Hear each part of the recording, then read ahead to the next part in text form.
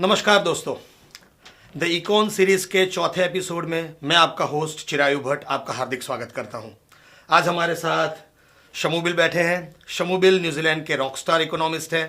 He is the man of the moment. Shamubeel ने कई सारी किताबें लिखी हैं, जिसमें से मेरी फेवरेट है जनरेशन रेंट। दुनिया के किसी भी मुल्क में अगर आप रहते हों, हाउसिंग मार्केट के बारे में अगर आपको मालूमात हासिल करनी हो, तो मैं ये रेकमेंड करता हूँ कि आप ये किताब ज़रूर पढ़ें। न सिर्फ हाउसिंग मार्केट के बारे में आपको जानकारी मिलेगी, बल्कि फाइनेंशियल लिटरेसी क्या होती है और वो कैसे बढ़ा सकते हैं, उसके बारे में भी आपको मालूमात मिलेगी। जनरेशन रेंट के अलावा इन्होंने बहुत सारी किताबें लिखी हैं, जैसे कि growing apart, regional prosperity in New Zealand, the NZ economy and introduction और once in a life time. आप इनके बारे में गूगल करिए, यूट्यूब पर वीडियोस देखिए। बहुत सारे टॉक शोज ये करते हैं, बहुत सारे गेस्ट लेक्चर ये डिलीवर करते हैं, और जैसा कि मैंने आपको बताया, he is the man of the moment as far as economist and economy is concern. Shamubeel, आपका हार्दिक स्वागत है हमारे शो में। Thank you. एक कोट मेरे जहन में आ रहा है जो मैं आपको डेडिकेट करना चाहता हूँ। He came, he saw and he conquered. That suits you. Probably not quite, as economists can only talk about things, we can't quite solve everything. Shall we start? Of course. Yes. The first question is, Shamubil, I want an expert comment of yours for the budget 2021. Yeah, look, I think there's quite a lot of focus on the budget because it's the one big set piece of the year when the government says what are our objectives and spending for the next few years to come. But actually, it's a very small thing. So, the government spends about $100 billion a year. The budget's only about 3 or 4. So everybody gets focused on the tiny margin, but really most of the spending is already committed and that doesn't change. So the budget we just had was very similar to that. The big kind of showstopper in that was a big increase in welfare payments. So the history of New Zealand is we kind of created our welfare system post the Second World War. So we had been through the Depression, the war, and the idea was to create a society that looked after the people who were at the bottom. But then when we had the reforms of the 1980s, those welfare payments were cut very drastically. So if you're on the welfare now, and some of your viewers might be, it is very difficult to live on those incomes. And so the big increase that's coming through over the next couple of years will slowly sort of undo some of the massive cuts that we had seen in welfare payments in the 80s and 90s. Right. Great. Shamubil, second one, please explain to our viewers in layman's terms what the housing problem of New Zealand is. There are so many, right? And from a very practical perspective, the biggest issue that we have with housing, of course, is that it's so expensive. Whether you want to rent it or own it, it's very expensive. And there are a lot of reasons why that's the case, but we've got this massive challenge where we haven't built enough homes for a long time. So again, a bit of history. New Zealand. So supply is the problem, yeah. Yep. Well, it is, as well as demand. So what happened was over the course of the sort of last 40 years, we've been building about 20,000 houses a year. We should really be building 30. And so there was that big gap. But also housing is very much seen as an investment product rather than a place to call home. It's not just shelter, right? And so we buy and sell houses, and why wouldn't you? In the last 12 months, we had house prices going up 20%. What other asset class can you invest in and borrow so much money? So we've kind of seen this this financialization of housing as well. And so there are all these kind of related things, why we haven't built enough houses, why we buy so many houses. But those two things together have created houses that are very expensive. And it's great for those who own it, but it's terrible for those who don't, because it's getting harder and harder to get in. But also people who have also rent and have low incomes, they're getting pushed further and further out. I was doing some work recently in a place called Wairoa. That's halfway between Gisborne and Napier, so yes. It's quite remote. And they've seen massive population growth in the last 5 years because people are being priced out of these other places. They can't live in Auckland, they can't live in Gisborne, they can't live in Napier, so they're moving to Wairoa. The problem, of course, is that houses might be cheap, but there are no jobs. So what do you do when you get these people going there? So we're creating some very desperate consequences as a result of this rising house prices. And as per the book, it's really about generation rent. It's not about age. It's about those people who are getting locked out and almost creating a class system. Something that New Zealand. This is a brilliant book. I recommend आपको ये definitely पढ़नी चाहिए. जी, sorry. Yes. Yeah, so I think it is this sort of almost this creating this difference in the separation in society, which I feel very sad about because New Zealand prides itself on being a country that wants to have that cohesion, that we treat everybody much the same, and if you work hard, you can get ahead. But now housing is becoming such a constraint that actually you may not be able to get ahead because you don't own your own home, and you might not be able to move to a place where there's a good job, or being priced out of a place and having to move to a place where there are no good jobs. So that I really worry about, that housing has become this big worry for people, whereas it should be a place of safety and shelter. Right. Brilliantly explained. What is the road ahead for us, Shamubil? In housing or everything? Everything, pretty much. Big question, right? So I think we're in a moment of change. So I look at New Zealand's history and the global history of how change happens, and it feels like the last 10 years have been kind of the waiting period before we move into something new. Let me explain. After the Second World War and the Great Depression, we had this big change, and we kind of built the welfare state. It was a way of thinking about how we do policy and economics. And then we had some big changes around the oil market when we had the oil shocks, and we changed the way we do things then. And then we changed essentially to a very technocratic level of government in the 80s and 90s. So in New Zealand, we had Rogernomics. In the UK, they had Thatcherism. In the US, they had Reagan. So we had these kind of big shifts in the way that we think about the economy. But the last 30 years, and it by and large worked, right? No, not for everybody, but by and large it worked. The last 10 years, those same tools like the Reserve Bank changing interest rates, the government kind of staying out of it, hasn't really worked.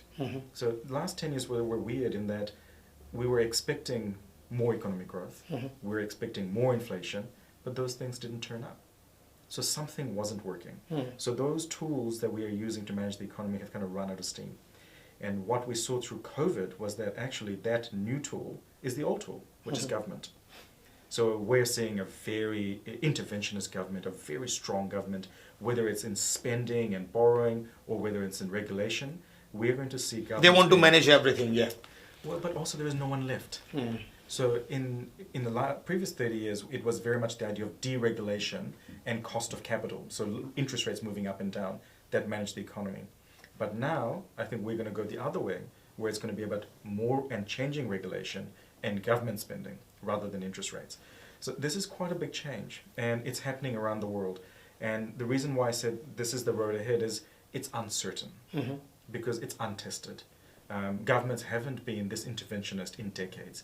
That policy thinking, that capability is not very strong. So there's going to be mistakes that are made, but I think what we will see is Wellington will become the epicenter of where our economic policy and economic direction is set. And we're going to see changes in government at some point in time. And with that, I think we'll see a lot of volatility and uncertainty and change come.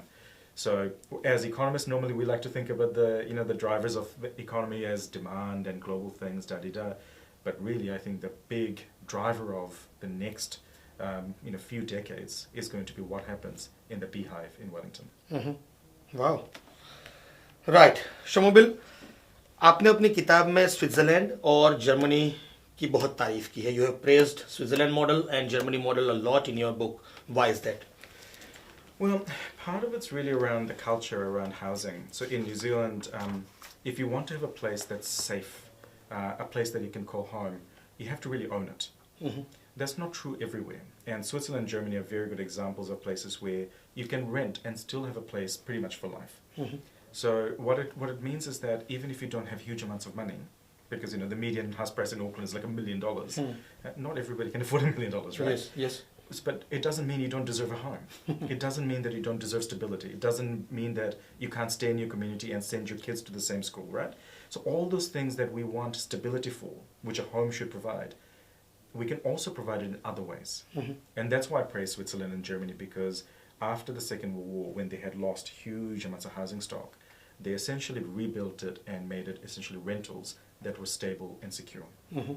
And I think we really need to do that. So we've got a third of New Zealand households, New Zealand families that rent, but 70% of them require some sort of support from government to be able to pay rent.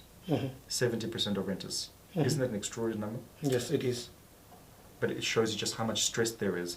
So when we think about why I praise about Germany and Switzerland, it's because there is this group of New Zealanders that really deserve much better. देवियों और सज्जनों, मुझे इस किताब में एक बात बहुत ही अच्छी लगी थी. शमुबिल ने लिखा है कि जर्मनी में और स्विट्जरलैंड में आप पूरी ज़िंदगी अगर रेंट पर रहना चाहे तो रह सकते हैं, कोई आपसे सवाल भी नहीं पूछेगा कि आपने अपना खुद का घर क्यों बाय नहीं किया है। वेयर न्यूजीलैंड में अगर आप 5-10 साल या 15 साल से रह रहे हैं और आपका अगर खुद का घर नहीं है, you are deemed to be a failure. आपको लोग ऐसी नज़रों से देखते हैं कि यार अभी तक इसने घर क्यों नहीं लिया है। तो ये जो हमारा जो परसेप्शन बिल्डअप हो चुका है, इसको इन्होंने बहुत खूबसूरती से इस बुक में चैलेंज किया है और इसीलिए उन्होंने जर्मनी और स्विट्जरलैंड की तारीफ की है। Thanks, Shamubil. The fifth one is, what are the 3 recommendations that you would like to give to Grant Robertson as far as economy is concerned? Look, one of the big issues for New Zealand is we have an infrastructure deficit. So whether it's in our water network or roads, we have a lot of congestion. We have got pipes that are failing. We're a very rich, wealthy country. We should have infrastructure that is suitable for what we need. Very good point. Yes. And so I would like to see a lot more courage and investment in infrastructure because we need these pipes, roads, public transport, trains. Those things are what will make New Zealand go better, not just for work, but also for us to be able to live better lives. So that first one I think is really important. It's about the sort of the key ingredient of the economy.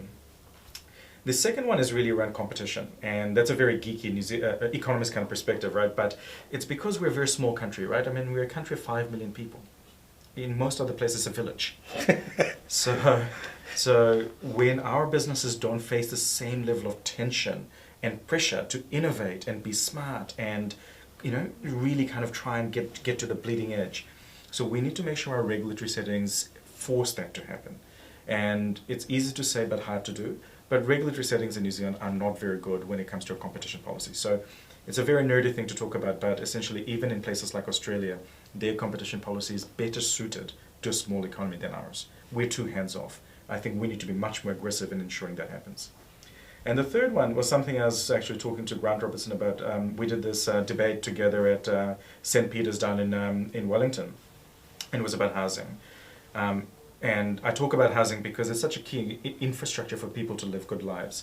Absolutely, yes. I'd love to see the government getting involved in creating a new way of building houses, which is building new houses that is for renting and long-term renting. So there are lots of different names for it, but in Europe they call it build to rent. So you build apartments and terraces and houses that are specifically designed for people to live long-term as tenants. Yes. And you get the security of not just staying there for long-term, but also knowing how much the rent will be for the next 10 or 20 years. I really want to see a sector like that develop. This is not something What new. a beautiful point. Wow. Yeah. So Yes. and we can do this, and you don't have to change things a lot. But I'd love that to be one of the key planks, because I want New Zealanders to have a place that is home, that is safe and secure. So then we can send our kids to school, and we can go to work, and we can see our family and friends. So to me, that feels like those 3 things would be huge. Huge in terms of unlocking the potential of even greater things that could happen in New Zealand. शमूबिल ने अपनी किताब generation rent में 10 recommendation दी है। हम बारी बारी करके एक एक करके उनसे जानना चाहते हैं कि इन 10 रिकमेंडेशन में अब तक क्या काम हुआ है और आगे क्या होना चाहिए। Shamubil, I want to find out from you. You have given 10 recommendations to the government in your book. So I want to find out from you what has been done on that specific front as of now and what needs to be done more. The first one is fix the rental market. Yeah, look, there has been progress. So over the last few years, we've seen changes in the rental market to, make them a little bit healthier, make the rental contracts a little bit better. I'd say we've probably gone 60 or 70% of the way, not enough. So heading in the right direction, but not quite there. And also we don't have enough rentals. So there is a real shortage of rental properties out there because we're not building enough houses specifically for renting. So the renting market is a little bit better in some ways, but in other ways I think it's still pretty tough. Got you. Second one is build more houses. Supply. Look, we are building more houses. So what is extraordinary is we are currently building at the fastest rate we have ever built before. Wow. But we need to keep Good going. to know. Thank you. Except we need to keep going at this rate for at least 10 years to catch up. Mm-hmm. And so therein lies the challenges. There is a huge amount of deficit that we need to catch up on. And so it's not enough to simply build houses. We also need to build houses for people who need it the most. So at the moment we're really building houses for people who are rich and well off.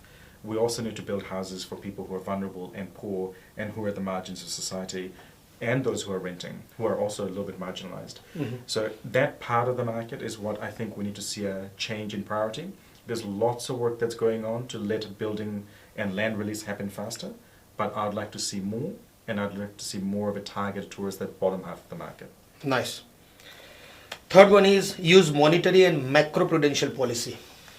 Yeah, look, so there has been a lot of change that's been going on in the sort of the way we regulate banks and how banks lend. This is good. So, we've seen in the last 12 months a very big shift. So when COVID first hit, the Reserve Bank was very worried that the housing market would fall over. And so they removed all the restrictions on lending to investors. And we saw this massive surge in lending and massive surge in house prices. Surprise, right? When you've got lots of money chasing the same stock, house prices go up. So now what we've seen in what's coming through now is it's going to be much harder for banks to lend and much harder to lend to investors. This is good, but I think we're going to see more changes in bank regulation coming in the next little while. And that is a good thing, but again, it's taking a long time. And the effects of this will come through over coming years. So heading in the right direction. Nice. Fourth one is clarify immigration policy. Hot topic. It is a hot topic, and in some ways, as migrants, this is of course cuts both ways for us because we see the benefit of immigration as immigrants ourselves, but also the benefit we provide to society. Yes. But we also know Obviously. that when there is strong population growth, you need to keep up with the infrastructure. You need more pipes, more roads, more houses, because more people need more things. But if you don't keep up with those things, people who are already here resent it, and they resent the people. And I think that's kind of where we've gotten to, is we had very strong immigration through the 2010s, and that has led to quite a big backlash against immigration. And so we tend to go through immigration as a very stop-start in New Zealand, depending on the political ideology of the day. And that I think is problematic, because what we want is a population strategy. We want to say, we want New Zealand to be, say, 6 million people. And how do we get there, and how do we make sure we have enough houses, enough cars, enough roads, enough water pipes? But that doesn't happen. It's this uncoordinated thinking. Yes. So when it comes to immigration, I'd say we are failing miserably. Right. Because what we're seeing is very knee-jerk policy reactions, and essentially by stealth, not by stealth, by the way that we decide the rules and regulations, we're saying that we don't actually want immigrants anymore.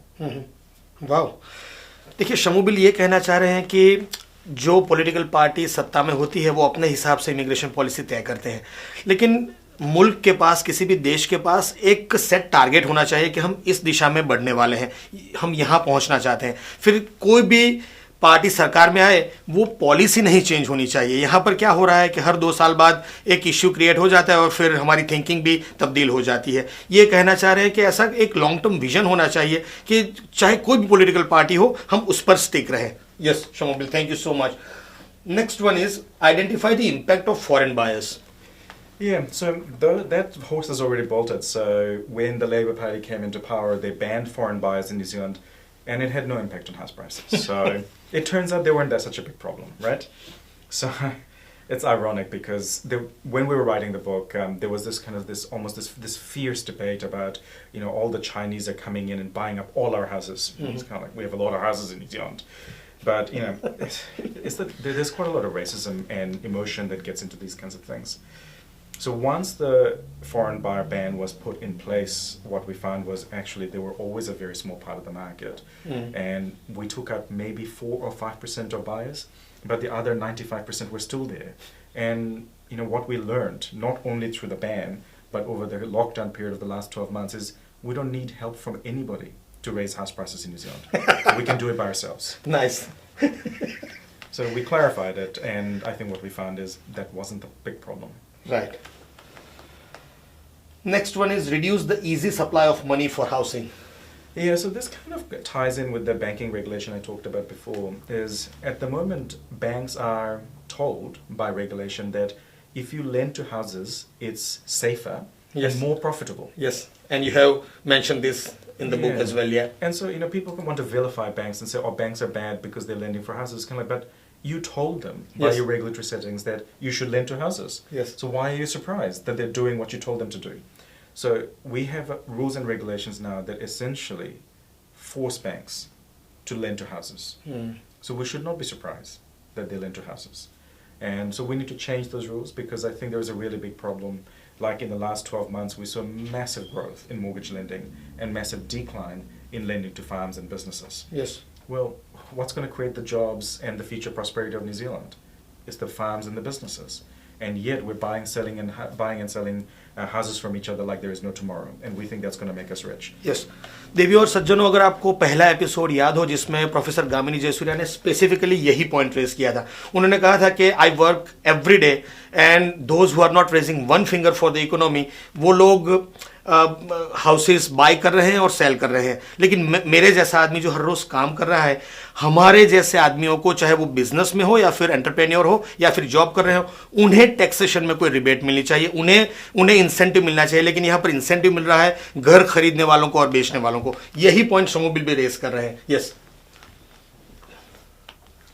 Yeah, so I mean, we do have to change those settings. And the challenge, of course, is that those settings are very global in nature. Yes. And when the banking sector was reformed in the 1980s, it was a very deliberate effort to try and get banks, previously commercial banks, to lend more towards mortgages. The idea was to make it more efficient, bigger, and those kinds of things. But now I think we've gone too far, and we need to rethink that. So yes, the rules and regulations are being looked at, so there's a big review currently underway. I just hope that the courage is there to go after these banks, because structural change is needed, eh? yeah, I mean, and New Zealand has one of the most profitable banking industries in the world. Wow, great. Next one is clarify existing tax rules on property investment. Yeah, so I mean, the times have moved on. So, like you said, this book was written 6 years ago, and what has changed since then is we have seen some of the tax rules being changed. So, for example, there are things like the bright line test. So it clarifies how long you can own your house, and if you sell it before then, you have to pay tax. Right. And so these taxes are pretty high. So if you look around the world, we've actually moved from being very lowly taxed on transaction of investment properties to being very highly taxed.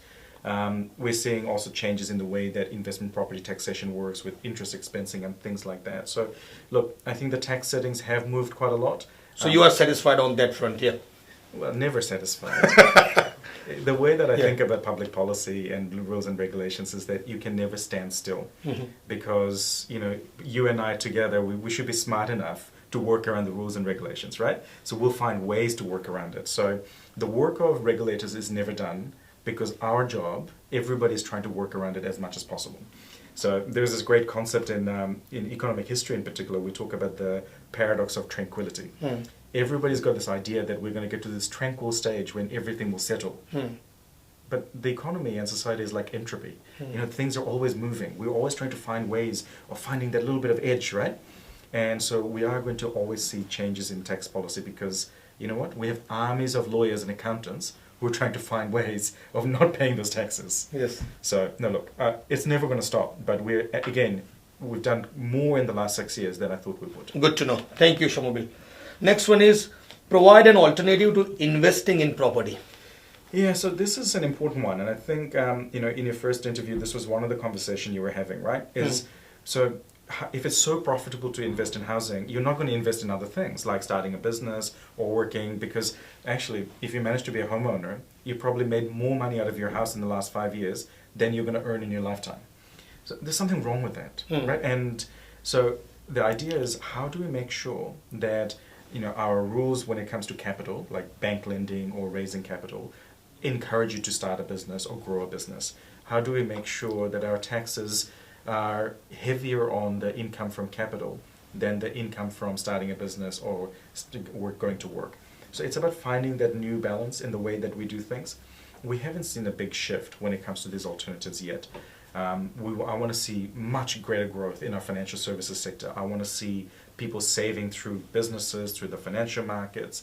KiwiSaver has been an extraordinary success in New Zealand. It's a very young program, and already we have over $80 billion in KiwiSaver. Wow. But we're not doing enough with it. We have very little of our KiwiSaver invested in building public housing or our roads and our infrastructure. I want that money to recirculate back into New Zealand, not be lazy and just invest in fish and paykel on the stock exchange. I want it also to sort of pile into the economy and do more. So that's really where I was going with that kind of perspective, is we've got to do a lot more in terms of using the financial system Shamubil, how can we increase financial literacy amongst ordinary Kiwi and migrant people?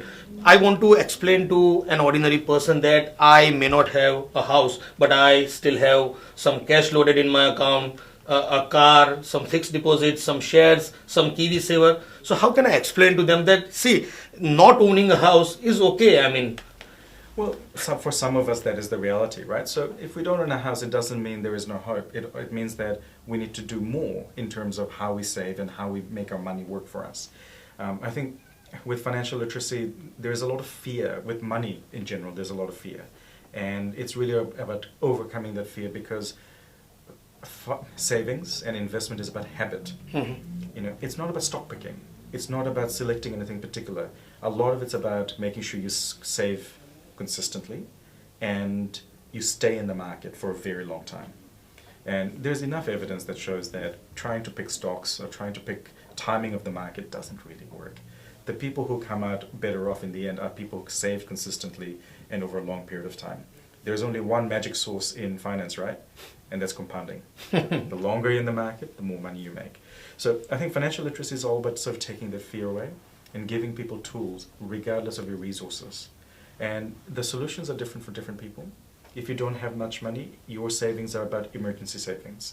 If you have a lot of money, it's about saving for your future, for your children, and those kinds of things. So the needs and goals can be different, and the tools and the ways we do it are different. But knowing that there is a pathway for each person is where I think financial literacy has to do better. thank you. Last one is improve construction sector productivity. Yeah, so the construction sector in New Zealand is relatively unproductive, and what I mean by that is it's expensive, we make a lot of mistakes, we don't design it very well, so it's all those issues. So there's again a lot of work going on in the sector, but we haven't seen a lot of progress yet. So I remain very frustrated by our very high cost of building. So I was down in to see a development recently, and we got quoted $4,500 per square meter for a house. That's an enormous sum of money. 5 years ago, it would have been more like 2,500. So when you're getting these huge increases in costs, a lot of it's because of the way that we're building, the lack of efficiency, lack of best technology. I look at places like Australia or places like Japan, and you kind of go, how can it be that these places can build houses that are better and cost less? So yes, a huge amount of work to go in that area. We're not seeing enough progress yet. Thank you so much Shamubeel for your time. दोस्तों, वाकई में ये जो interview था, ये Rockstar interview था. देखिए कितनी सारी बातें सीखने को मिली इनसे बात करके, चाहे वो हाउसिंग मार्केट के बारे में हो, या बजट के बारे में हो, या फिर कीवी सेवर के बारे में हो, फाइनेंशियल लिटरेसी के बारे में हो. दोस्तों, शमूबिल ने अपना कीमती वक्त हमारे लिए आज निकाला और ज़बरदस्त इंफॉर्मेशन हमारे साथ, हमारे व्यूवर्स के साथ शेयर की. इसके लिए एक छोटा सा टोकन गिफ्ट हम उनको देना चाहते हैं हमारे स्पॉन्सर नीरव सावलिया की तरफ से. वो बालाजी वेफर्स की तरफ से उनको एक टोकन गिफ्ट दे रहे हैं. Thank you Shamubeel, we appreciate your presence here.